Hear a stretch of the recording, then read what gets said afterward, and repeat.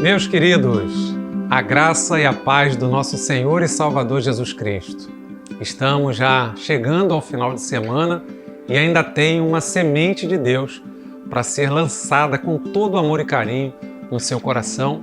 Eu quero então pedir a você que me acompanhe na leitura do texto que se encontra na carta de Paulo aos Filipenses, capítulo de número 2, e nós faremos a mesma leitura do que fizemos ontem, a partir do verso 19. Diz assim o texto sagrado: Espero no Senhor Jesus Cristo enviar-lhes Timóteo o mais breve possível, a fim de que eu me sinta animado também ao receber as notícias de vocês, porque não tenho nenhum outro de igual sentimento que, sinceramente, se preocupe com vocês.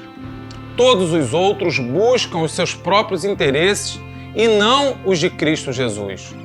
Quanto a Timóteo, vocês conhecem o seu caráter provado, pois serviu ao Evangelho junto comigo como um filho trabalha ao lado do seu pai. Eu fiz questão de voltar a esse texto e falar um pouco mais sobre esse assunto do discipulado. Na noite de ontem nós falamos da relação de Paulo com Timóteo, né? A semelhança da relação de um pai com um filho, de um filho com um pai. Hoje eu quero chamar a sua atenção a uma expressão aqui que em nenhuma outra parte do Novo Testamento essa expressão ela aparece. E no versículo de número 20 vai dizer acerca de Timóteo: porque não tenho nenhum outro de igual sentimento. O apóstolo Paulo, ele está aqui usando, uma frase para descrever à igreja quem é Timóteo. E ele vai dizer, olha, ele é único. Eu não tenho ninguém que seja semelhante a ele. Paulo está, então, aqui dizendo da singularidade de Timóteo. E hoje eu quero, então, com você falar de 4 aspectos da vida de Timóteo, e a primeira é essa: a singularidade de Timóteo. Irmãos, é bem verdade que existem pessoas que ocupam na nossa vida um papel, um espaço, que essas pessoas elas são exclusivas. Essas pessoas elas são únicas. Exemplo, minha mãe, Dona Sueli, não haverá outra igual. Ela é única, ela é exclusiva. E você pode citar uma série de pessoas com tanta importância na sua vida. Eu posso citar a minha esposa, Verônica. Ela é exclusiva, ela é única, ela é ímpar. Não há ninguém no relacionamento comigo que seja semelhante a ela. Mas o que me chama a atenção é que eu sou filho da Sueli. Eu me casei com a Verônica. Aqui no texto, a gente está falando de uma relação de amizade. A gente está falando de uma relação que foi construída, não por causa de uma geração, como uma mãe gera um filho, e nem por causa de um casamento, mas uma amizade que foi construída. E Paulo, ele está enviando para a igreja esse, a quem ele intitula exclusivo, único, singular. O que me chama a atenção também é que esse jovem, chamado Timóteo, um jovem tímido, a Bíblia vai dizer que ele é um jovem tímido. Esse jovem, ele então é trazido para a convivência, num relacionamento discipulador com o apóstolo Paulo. E esse jovem, então, ele vai sofrendo algumas transformações. A sua vida vai passando por etapas, vai passando por fases. E nós falamos isso no nosso encontro anterior. E qual o objetivo de Paulo fazer isso? O objetivo é que Paulo entende que a obra do Senhor ela não é feita sozinha. A obra do Senhor, ela é feita através de parcerias. A Bíblia já vai dizer, ela vai dizer que é melhor serem dois do que um. A gente tem um ditado que vai dizer que duas cabeças pensam melhor do que uma. Então a obra do Senhor, ela é feita através de parceria. E Paulo tem como um parceiro alguém que é singular. Alguém que tem essa característica de singularidade. Eu quero também destacar uma outra característica de Timóteo. Ali no versículo de número 22, vai dizer assim: todos os outros buscam, 21, todos os outros buscam a seus próprios interesses e não os de Cristo. Timóteo aprendeu a alinhar a sua vida aos interesses de Cristo. Timóteo aprendeu a buscar o reino de Deus em primeiro lugar. Timóteo aprendeu a colocar os interesses do reino de Deus num nível de prioridade. E isso também foi aprendido. Então, nessa relação de discipulado, nós precisamos ir forjando alguém que vá aprendendo a colocar os interesses de Cristo, os interesses do reino de Deus em prioridade. Uma terceira característica de Timóteo, o texto vai dizer ali no versículo de número 20, porque não tenho nenhum outro de igual sentimento que sinceramente se preocupe com vocês. Então Timóteo também foi uma pessoa que foi aprendendo a se interessar pelos interesses dos outros. A gente pode dizer, Timóteo foi sendo preparado para se tornar uma pessoa altruísta. Ele era um jovem, mas um jovem que aprendeu a não olhar mais a vida só para si, mas olhar a vida também se preocupando e se interessando pelo bem-estar, pelo sucesso, pelo progresso, pelas bênçãos de Deus na vida dos outros.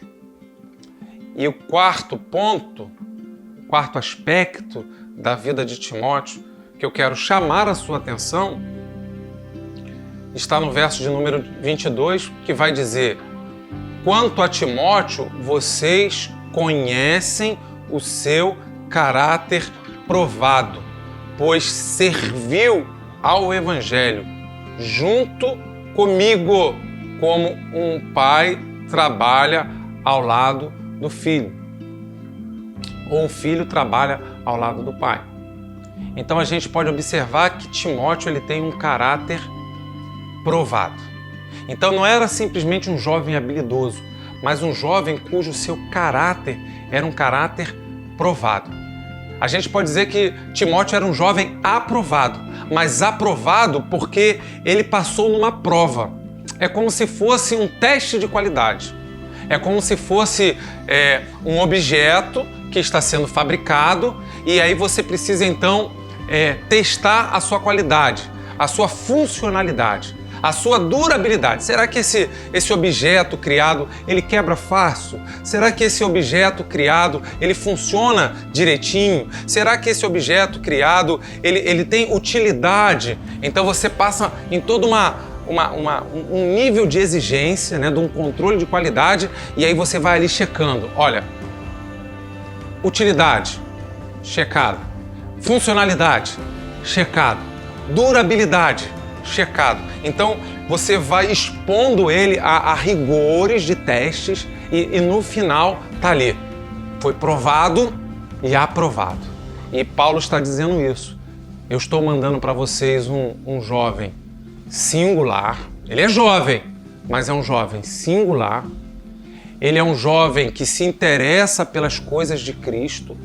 Ele era um jovem que se interessa pelas necessidades dos outros. Ele é altruísta, ele é generoso e é um jovem que tem o seu caráter provado.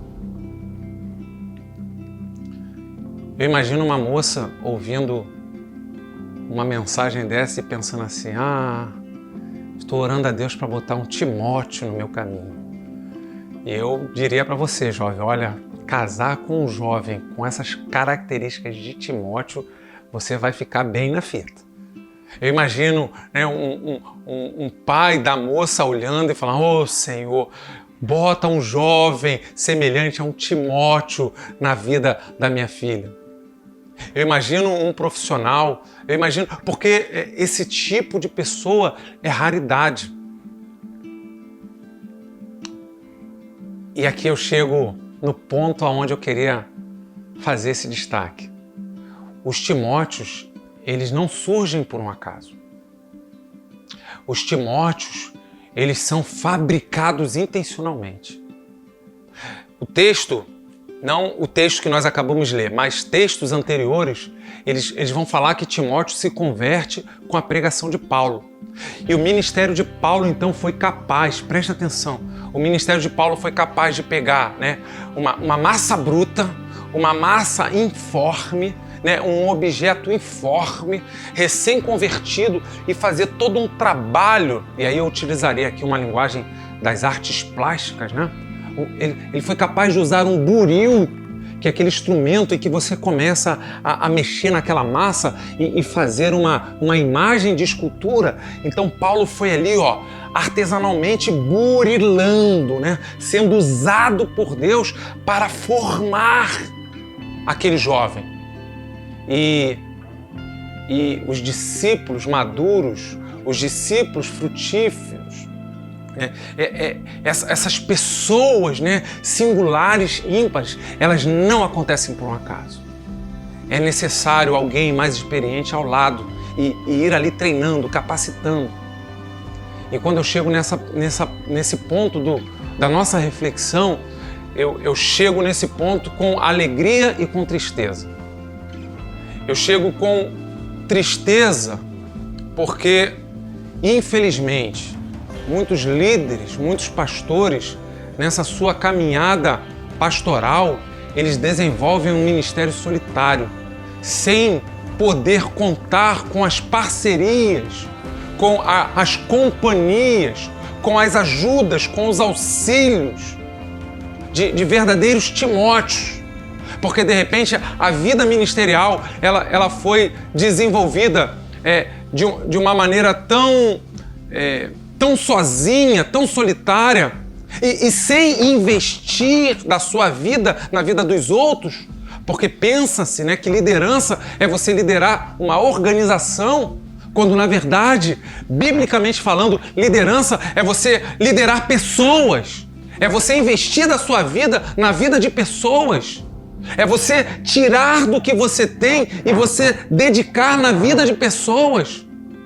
E quando olho para determinados colegas, para determinados ministérios, e vejo a solidão pastoral, me dá uma tristeza por ver que tanto se cansou, tanto fez, e não tinha ali ao lado alguém que fosse singular, alguém que se interessasse pelas coisas de Cristo, alguém que se interessasse pelos outros e alguém que tivesse um caráter provado.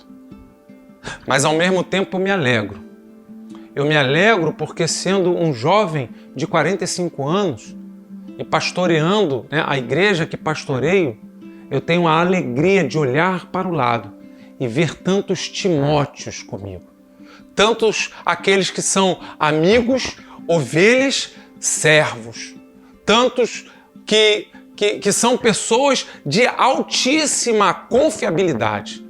Pessoas que você pode delegar, pessoas que você pode dar tarefas, pessoas que você sabe que são exclusivas na sua vida, pessoas que se interessam pelas coisas de Cristo, pessoas que se interessam, né, pelas necessidades dos outros e pessoas que têm um caráter aprovado. E esse tipo de pessoa, elas não surgem de qualquer maneira, mas elas surgem como resultado de um trabalho intencional. Então eu quero também aqui aproveitar para agradecer a vida desses que ao meu lado têm me auxiliado e têm me ajudado no desenvolvimento do ministério, levando a igreja, levando o evangelho a cumprir a sua missão na terra. A obra do Senhor não é feita sozinha. O apóstolo Paulo estava encarcerado, mas ele tinha um Timóteo do seu lado.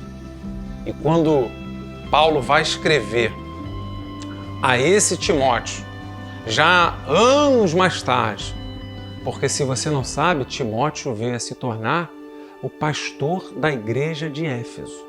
Então aquele que foi um novo convertido lá atrás, com o passar do tempo ele veio se tornar um pastor. Porque não há sucesso ministerial se você não faz sucessores. E Paulo fez os seus sucessores.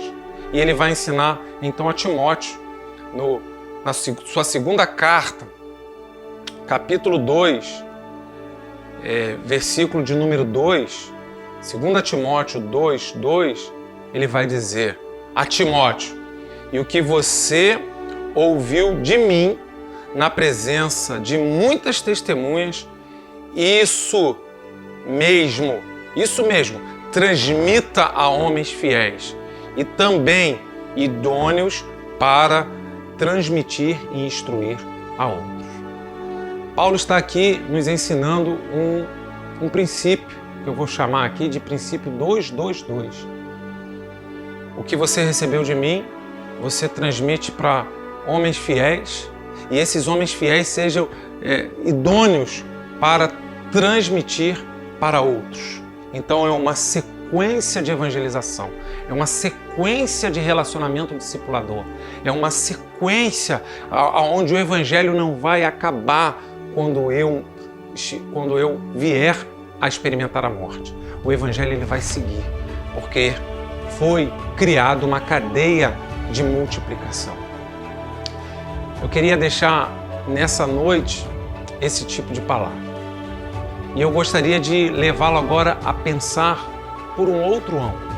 A minha pergunta na nossa reflexão anterior foi quem é o seu Timóteo? Hoje eu quero fazer o outro lado da moeda. Eu quero perguntar a você, quem é o seu Paulo? A quem você tem dado a mão e pedido ajuda para que te ensine a amadurecer na caminhada com Cristo? Quem é o nome dessa pessoa que tem investido da sua vida na sua vida para que você então possa se desenvolver como pessoa espiritualmente à luz das virtudes do Evangelho? Eu posso dizer que para cada Paulo, Deus tem um Timóteo, mas que também para cada Timóteo, Deus tem um Paulo. Nós não sabemos tudo. Pessoas precisam de pessoas. Assim como um ferro afia o outro ferro, assim o homem ao seu companheiro. Eu quero deixar essa semente de Deus, o meu grande abraço e um beijo no seu coração.